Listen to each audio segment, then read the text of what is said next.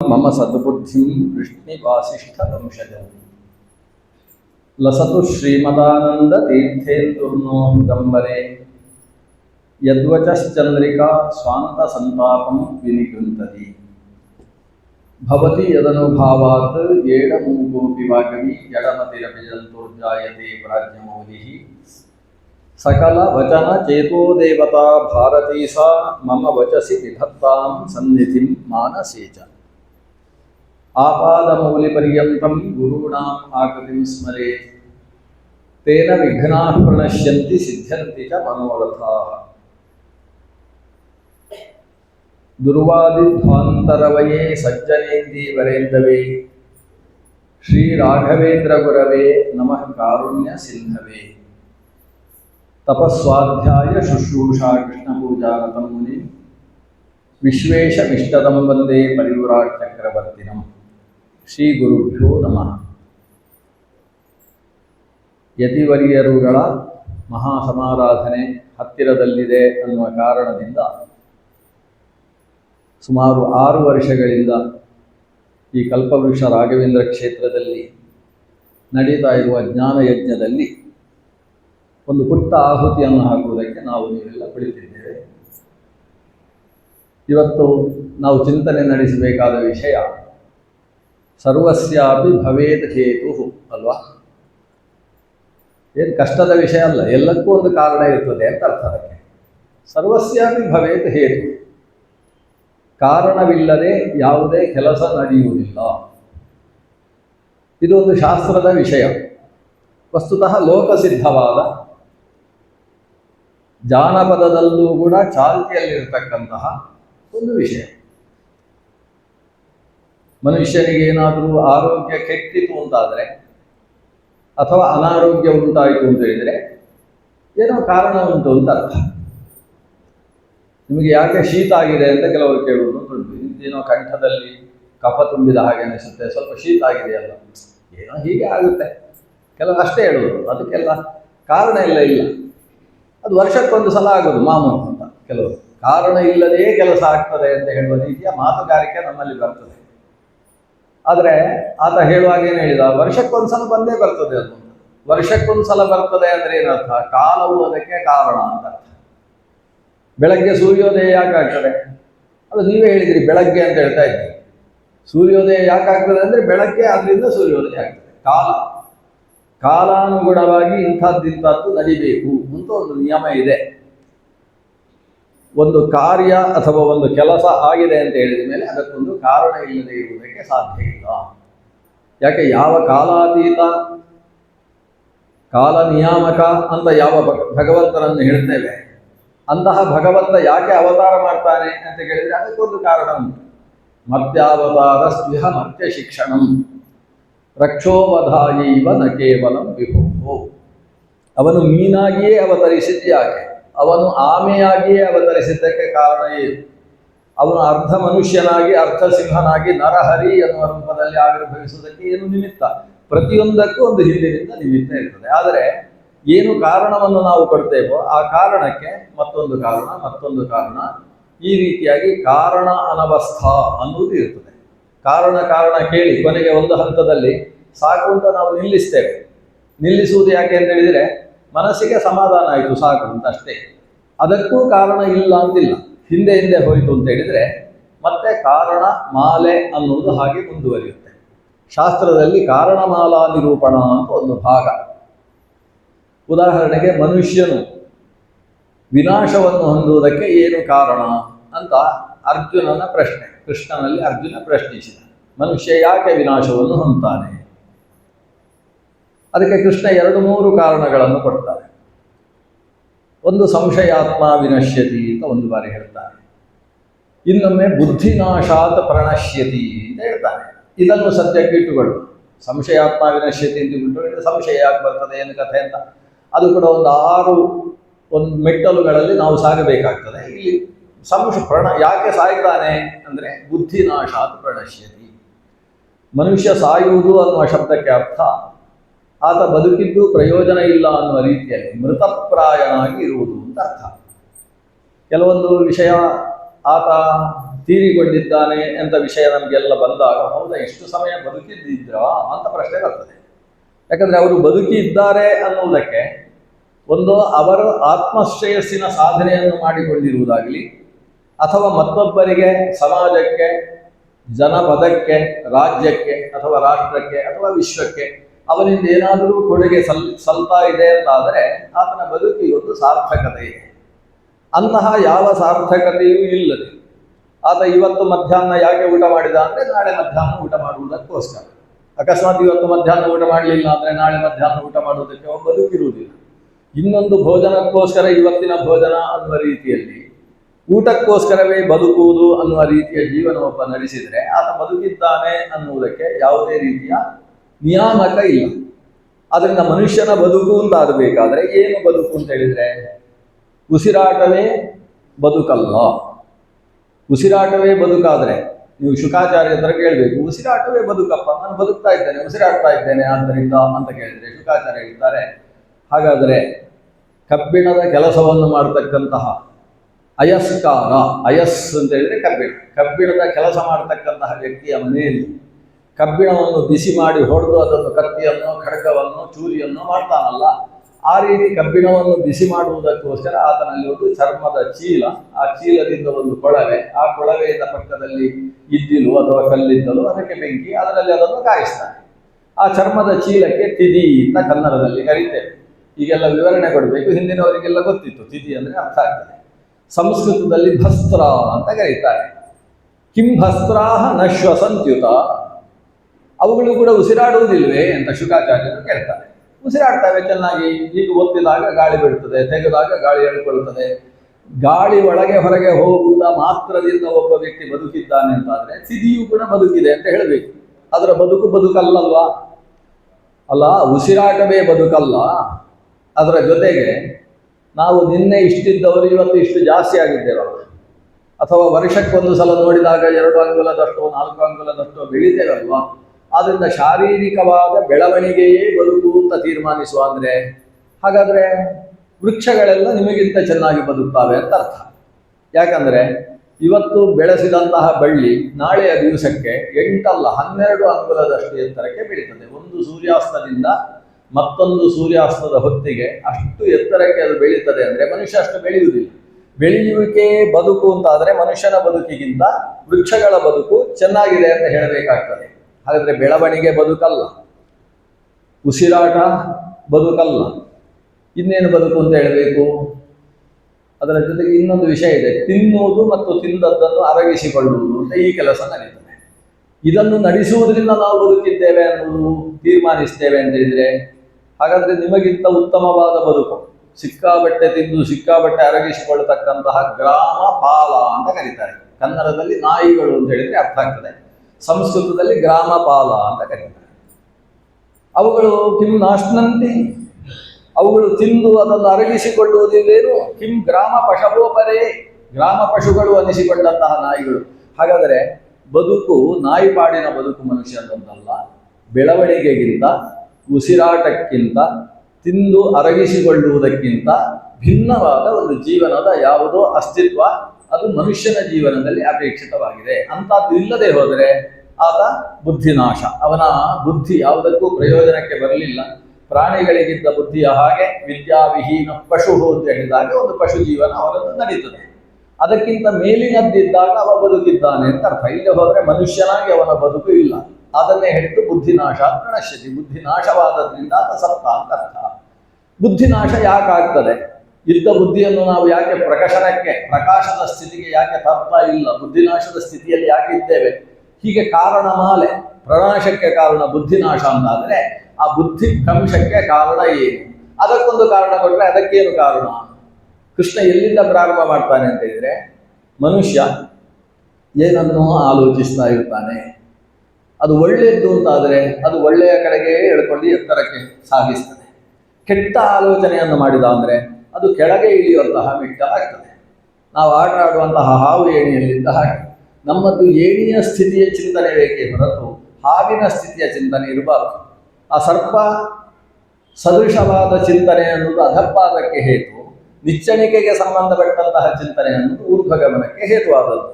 ಆತ ಏನು ಧ್ಯಾಯತೋ ವಿಷಯಾನ್ ಪುಂಸಃ ಸಂಗಸ್ತೇಷೂಪಜಾಯತೆ ಸಂಗಾತ್ ಸಂಜಾಯತೆ ಕಾಮಃ ಕಾಮಾತ್ ಕ್ರೋಧೋ ವಿಜಾಯತೆ ಕ್ರೋಧಾತ್ ಭವತಿ ಸಮ್ಮೋಹಃ ಸಮ್ಮೋಹಾತ್ ಸ್ಮೃತಿ ವಿಭ್ರಮಃ ಸ್ಮೃತಿಭ್ರಂಶಾತ್ ಬುದ್ಧಿನಾಶಃ ಬುದ್ಧಿನಾಶಾತ್ ಪ್ರಣಶ್ಯತಿ. ಇದಕ್ಕೆ ಕಾರಣಮಾಲ ಅಂತ ಹೆಸರು. ಆತನ ಪ್ರಣಾಶಕ್ಕೆ ಹೇತು ಬುದ್ಧಿನಾಶ ಅಂತ ಹೇಳಿದ್ರು. ಬುದ್ಧಿನಾಶ ಯಾಕೆ ಯಾಕೆ ಯಾಕೆ ಅಂತ ಹೇಳ್ತಾ ಹೋದರೆ ಶುರು ಆಗುವುದು ಎಲ್ಲಿಂದ ಅಂದರೆ ಧ್ಯಾಯತೋ ವಿಷಯಾನ್ ಪುಂಸಃ, ವಿಷಯ ಪದಾರ್ಥಗಳನ್ನು ಮನುಷ್ಯ ಆಲೋಚನೆ ಮಾಡ್ತಾ ಇರ್ತಾನೆ. ವಿಷಯ ಪದಾರ್ಥ ಅಂದರೆ ವಿಷಯ ಅನ್ನೋದಕ್ಕೆ ಶ್ರೀಮನ್ಮಧ್ವಾಚಾರ್ಯರು ಹೇಳಿದ ಅರ್ಥ ಏನಂದರೆ ವಿಷದ ಕಡೆಗೆ ನಮ್ಮನ್ನು ಸೆಳೆದೊಯ್ಯುವಂಥದ್ದು. ವಿಷಂ ಪ್ರತಿ ಯಾಪಯಂತಿ ಇತಿ ವಿಷಯಾಹ, ವಿಷದ ಕಡೆಗೆ ನಮ್ಮನ್ನು ಸಾಗಿಸುವಂತಹದ್ದನ್ನು ವಿಷಯ ಪದಾರ್ಥಗಳು ಅಂತ ಕರೆಯುವುದು. ವಿಷಯ ಅನ್ನುವ ಶಬ್ದ ಪುರಾಣಗಳಲ್ಲಿ ಅನೇಕ ಬಾರಿ ಬೇರೆ ಬೇರೆ ಅರ್ಥದಲ್ಲಿ ಬಂದದ್ದಿದೆ. ಆದರೆ ಇದು ಒಂದು ಅರ್ಥ ವಿಷಯ ಅನ್ನುವ ಶಬ್ದಕ್ಕೆ.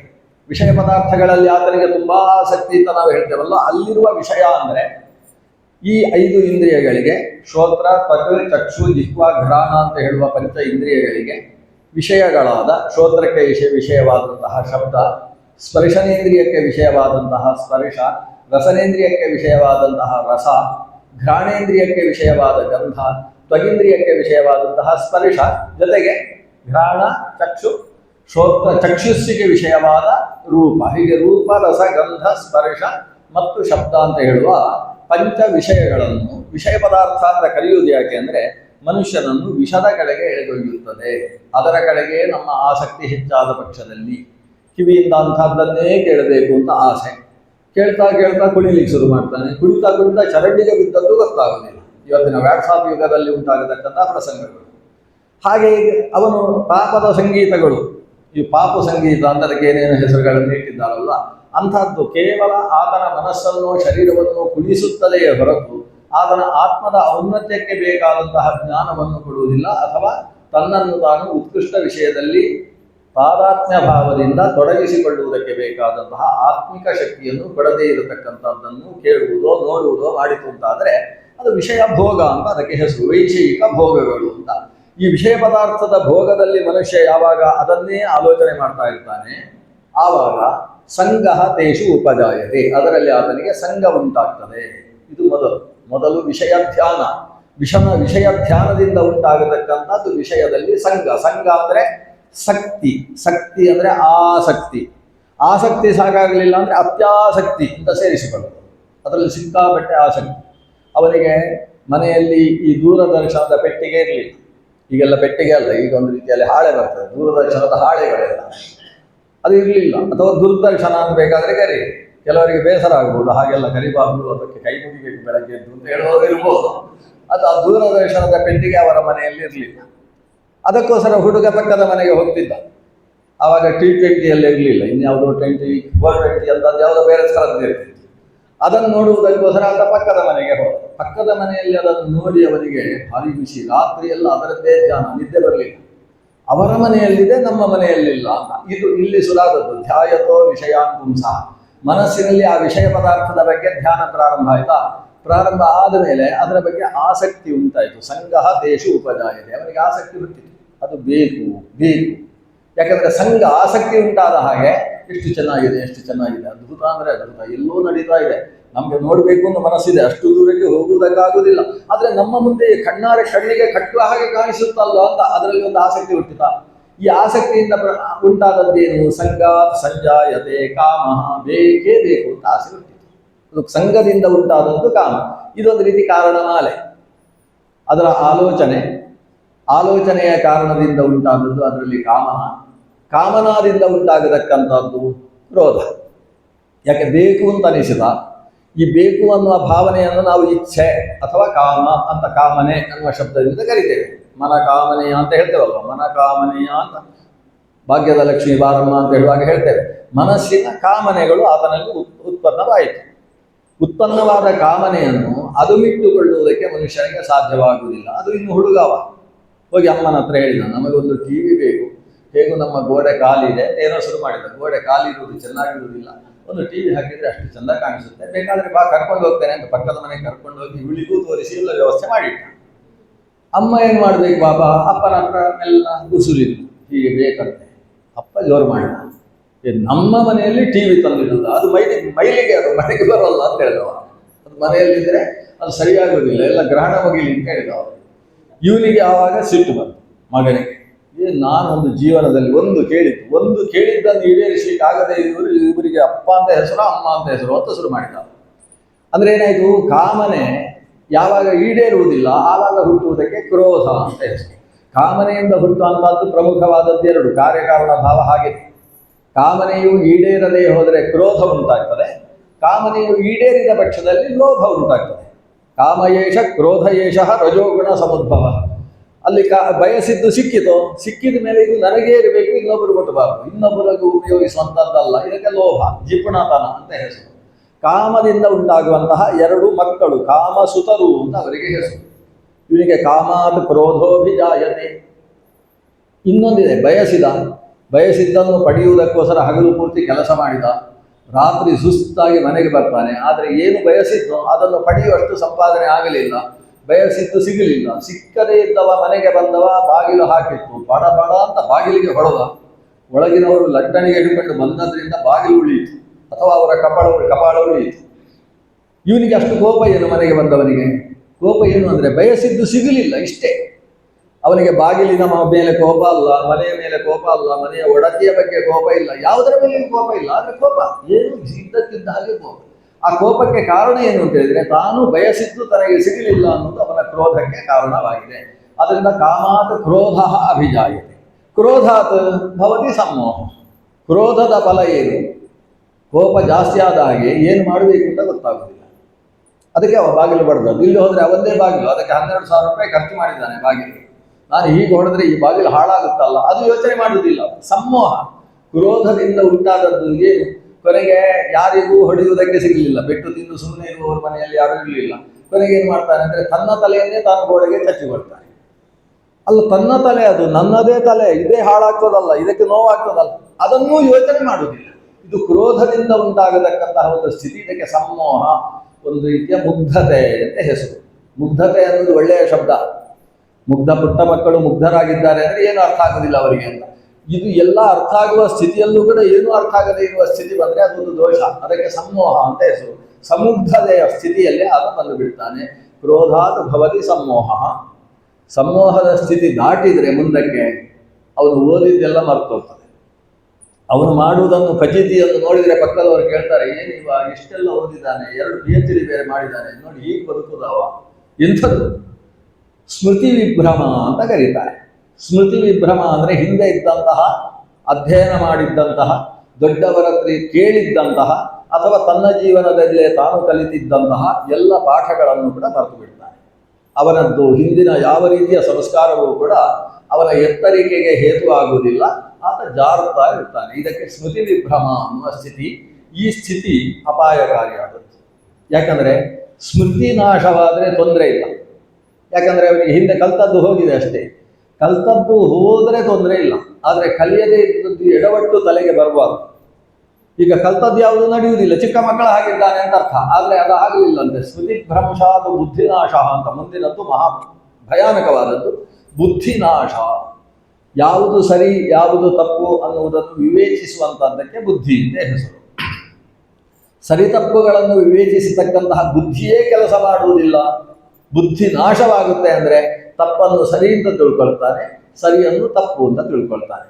ಯಾವಾಗ ಈ ಅವಿವೇಕ ಉಂಟಾಗ್ತದೆ, ಸರಿ ತಪ್ಪುಗಳಲ್ಲಿ, ನಿತ್ಯಾನಿತ್ಯಗಳಲ್ಲಿ ವಿವೇಕ ಯಾವತ್ತಿಲ್ಲ, ಅವಿವೇಕ ಅನ್ನೋದು ಹುಟ್ಟಿಬಿಡ್ತದೆ, ಆವಾಗ ಬುದ್ಧಿನಾಶ ಪ್ರಣಶ್ಯತಿ. ಇದರ ಕೊನೆಯ ಸ್ಥಿತಿ ಆತನ ಪ್ರಣಾಶ, ಅಂದರೆ ಆತ ಬದುಕಿದ್ದಾನೆ ಅನ್ನುವುದಕ್ಕೆ ಅರ್ಥವಿಲ್ಲದೆ ಇರುವ ರೀತಿಯಲ್ಲಿ ಮೃತಪ್ರಾಯನಾಗಿ ಬದುಕುತ್ತಾನೆ. ಇದು ಈ ರೀತಿಯಾಗಿ 8 ಕಾರಣ ಮಾಲೆ. ಇಲ್ಲಿ 8 ಕಾರಣ ಮಾಲೆ ಬರ್ತದೆ. ಇನ್ನು ಸ್ಕಾಂದ ಪುರಾಣಕ್ಕೆ ಹೇಳಿದ್ರೆ 18 ಕಾರಣಗಳನ್ನು ಹೇಳ್ತಾರೆ, ಒಂದಕ್ಕೊಂದೊಂದು ಕಾರಣ. ಯಾಕಂದ್ರೆ ಈಗ ಎಲ್ಲಿಂದ ಶುರು ಮಾಡಿದ್ದು ನಾವು, ಧ್ಯಾಯತೋ ವಿಷಯಾನ್ ಪುಂಸಃ ಅಂತ ಶುರು ಮಾಡಿದ್ವಿ. ವಿಷಯ ಧ್ಯಾನವನ್ನು ಶುರು ಮಾಡಿದ್ದೇವೆ. ವಿಷಯ ಧ್ಯಾನ ಯಾಕೆ ಮಾಡ್ತಾನೆ ಅವ? ವೈಷಯಿಕ ಪದಾರ್ಥದ ಮೇಲೆ ಅವನಿಗೆ ಧ್ಯಾನ, ಅದು ಅಷ್ಟು ಚಂದ ಇದೆ, ಅಷ್ಟು ಚಂದ ಇದೆ ಅಂತ ವಿಷಯದ ಧ್ಯಾನ ಯಾಕೆ ಶುರುವಾಯಿತು? ಯಾಕೆಂತ ಹೇಳಿದ್ರೆ ಧ್ಯಾಯತ್ವ ವಿಷಯಾನುಕೂ ಸಹ ಸಂಗಸ್ತೇಷು ಉಪಜಾಯತೆ. ಮುಂದಿದ್ದು ಸರಿ, ವಿಷಯ ಧ್ಯಾನಕ್ಕೊಂದು ಕಾರಣ ಕೊಡಬೇಕಲ್ಲ, ಅದನ್ನು ಕೃಷ್ಣ ಕೊಡಲಿಲ್ಲ. ವಿಷಯ ಧ್ಯಾನ ಮಾಡಬೇಡ, ವಿಷಯದಿಂದ ಆದಷ್ಟು ದೂರ ಇರುವಂತ ಅಷ್ಟೇ ಹೇಳಿದ್ದೆ ಹೊರತು ವಿಷಯ ಧ್ಯಾನ ಯಾಕಾಗುತ್ತೆ ಅದು ಹೇಳಲಿಲ್ಲ. ವಿಷಯ ಧ್ಯಾನಕ್ಕೆ ಅದಕ್ಕೆ ಕಾರಣವಾದದ್ದು ಹಿಂದಿನ ಕರ್ಮ. ಈ ಕರ್ಮ ಅನ್ನೋದು ಮಹಾಭಯಾನಕವಾದದ್ದು. ಯಾಕೆಂತ ಹೇಳಿದರೆ ಆತ ಅದೆಷ್ಟು ಕರ್ಮ ಮಾಡಿದ್ದಾನೆ ಅಂತ ಅವನಿಗೆ ಲೆಕ್ಕಾಚಾರ ಗೊತ್ತೇ ಇಲ್ಲ. ಒಂದು ಶಾಸನಾಧಿಕೃತ ಲೆಕ್ಕಿಗನಾಗಿದ್ದರೂ, ಈ ಶಬ್ದ ಅರ್ಥ ಆಗಲಿಲ್ಲ ಅಂದರೆ ಚಾರ್ಟರ್ಡ್ ಅಕೌಂಟೆಂಟ್ ಆಗಿದ್ರೂ ಕೂಡ ಅವನಿಗೆ ಲೆಕ್ಕಾಚಾರ ಗೊತ್ತಿಲ್ಲದೆ ಇರತಕ್ಕಂಥ ವಿಷಯ ಏನು ಅಂದರೆ ಇವನು ಎಷ್ಟು ಕರ್ಮಗಳನ್ನು ತಾನು ಮಾಡಿದ್ದಾನೆ ಆ ಲೆಕ್ಕಾಚಾರ ಆತನಿಗೆ ಗೊತ್ತಿರುವುದಕ್ಕೆ ಸಾಧ್ಯ ಇಲ್ಲ. ಕರ್ಮ ಅನಾದಿ ಅಂತ ನಾವು ಹೇಳ್ತೇವೆ. ಅದೆಷ್ಟೋ ಜನ್ಮಗಳಿಂದ ಆತ ಮಾಡಿರತಕ್ಕಂತಹ ಕರ್ಮಗಳು ಅವನ ಜೊತೆಗೆ ಅಂಟಿಕೊಂಡು ಇದ್ದಾವೆ. ಆ ಕರ್ಮಗಳು ಈ ಜನ್ಮದಲ್ಲಿ ಅವನಿಗೆ ಯಾವುದರ ಧ್ಯಾನ ಬರಬೇಕು ಅಂಥದ್ರ ಧ್ಯಾನ, ಕರ್ಮಾನುಗುಣವಾಗಿ ಧ್ಯಾನ. ಇವತ್ತು ಅವನಿಗೆ ವೈಷಯಿಕ ಉಪಭೋಗಗಳ ಧ್ಯಾನವೇ ಬರ್ತಾ ಇದ್ದರೆ ನಾಳೆ ಇದ್ದಕ್ಕಿದ್ದ ಹಾಗೆ ಸಂಪೂರ್ಣ ವ್ಯತಿರಿಕ್ತವಾದ ಧ್ಯಾನ ಬರ್ಬೋದು. ಕಂಚು ಕನ್ನಡಿ ಬಾರದು ಅಂತ ಕೇಳಿದುಕೊಳ್ಳೆ ಇದ್ದಕ್ಕಿದ್ದ ಹಾಗೆ ಎಲ್ಲವನ್ನು ಬಿಟ್ಟು ಹೊರಗೆ ಬಂದವರಿಲ್ವಾ ನಮ್ಮ ಇತಿಹಾಸದಲ್ಲಿ? ಅಥವಾ ನಮ್ಮ ನವಕೋಟಿ ನಾರಾಯಣನು ಕೂಡ ಒಂದು ಪ್ರಕರಣ, ಕೇವಲ ಮೂಗುತಿಯ ಪ್ರಕರಣ, ಹೆಂಡತಿ ಪ್ರಾಣ ಹೆಂಡತಿ ಅಷ್ಟೇ ವಿಷಯಕ್ಕೆ ಆದ ಹಿಂದಕ್ಕೆ ಬಂದು ತಾನು ತನ್ನ ಸಂಸಾರದ ವಿಷಯ ಭೋಗಗಳ ಕಡೆಗೆ ಸಂಪೂರ್ಣ ವೈರಾಗ್ಯವನ್ನು ತಾಳಿ ತನ್ನದ್ದಾದಂತಹ ನವಕೋಟಿ ಸಂಪತ್ತುಗಳನ್ನು ಬಡಬಗ್ಗರಿಗೆ ದಾನವನ್ನು ಕೊಟ್ಟು ತಾನು ಆತ್ಮಶ್ರೇಯಸ್ಸಿನ ಸಾಧನೆಯನ್ನು ಮಾಡಬೇಕು ಅಂತ ಅಂತರ್ಮುಖನಾಗಿ ನಿಂತು ತಾನು ಎಷ್ಟು ಕೀರ್ತನೆಗಳನ್ನು ರಚಿಸ್ತಾ ಬೀದಿ ಬೀದಿಗಳಲ್ಲಿ ಸಾಗಿ ಪ್ರತಿಯೊಬ್ಬರಿಗೂ ಕೂಡ ಆ ಅಧ್ಯಾತ್ಮದ ದಾರಿಯನ್ನು ತೋರಿಸ್ತಕ್ಕಂಥ ಕರ್ನಾಟಕ ಸಂಗೀತದ ಪಿತಾಮಹನಾಗಿ ಬೆಳಗಲಿಲ್ವಾ? ಅಷ್ಟಕ್ಕೆ ಏನು ಕಾರಣ ಆಯಿತು? ಯಾವುದೋ ಒಂದು ಪುಟ್ಟ ಕಾರಣ ಇಲ್ಲದೆ ಯಾವುದೂ ನಡೆಯುವುದಿಲ್ಲ. ಹೇಳುವುದಕ್ಕೆ ಅದು ಪುಟ್ಟದು ಅಂತ. ಸರ್ವಸ್ಯಾಪಿ ಭವೇದ ಹೇತುವಿಲ್ಲದೆ ಯಾವುದು ನಡೆಯುವುದಿಲ್ಲ. ಏನು ಇದ್ದಕ್ಕಿದ್ದ ಹಾಗೆ ಆದರೂ ಅವರು ಹಾಗೆ ಅಕಸ್ಮಾತ್ ಆಗಿ ನಡೆಯಿತು ಅಂತ ನಾವು ಹೇಳ್ತೇವೆ. ಅಕಸ್ಮಾತ್ ಅನ್ನುವ ಶಬ್ದಕ್ಕೆ ಅರ್ಥ ಕಾರಣವಿಲ್ಲದೆ. ಸಂಸ್ಕೃತದಲ್ಲಿ ಕಸ್ಮಾತ್ ಅಂದರೆ ಕಸ್ಮಾಚಿತ್ ಕಾರಣಾತ್ ಅಂತ ಅರ್ಥ. ಅಕಸ್ಮಾತ್ ಅಂದರೆ ಯಾವುದೋ ಒಂದು ಕಾರಣದಿಂದ, ಅಕಸ್ಮಾತ್ ಅಂದರೆ ಕಸ್ಮಾದಪಿ ನ, ಯಾವುದೇ ಕಾರಣದಿಂದ ಅಲ್ಲ, ಅದು ಯಾದೃಚ್ಛಿಕವಾಗಿ ನಡೆದದ್ದು.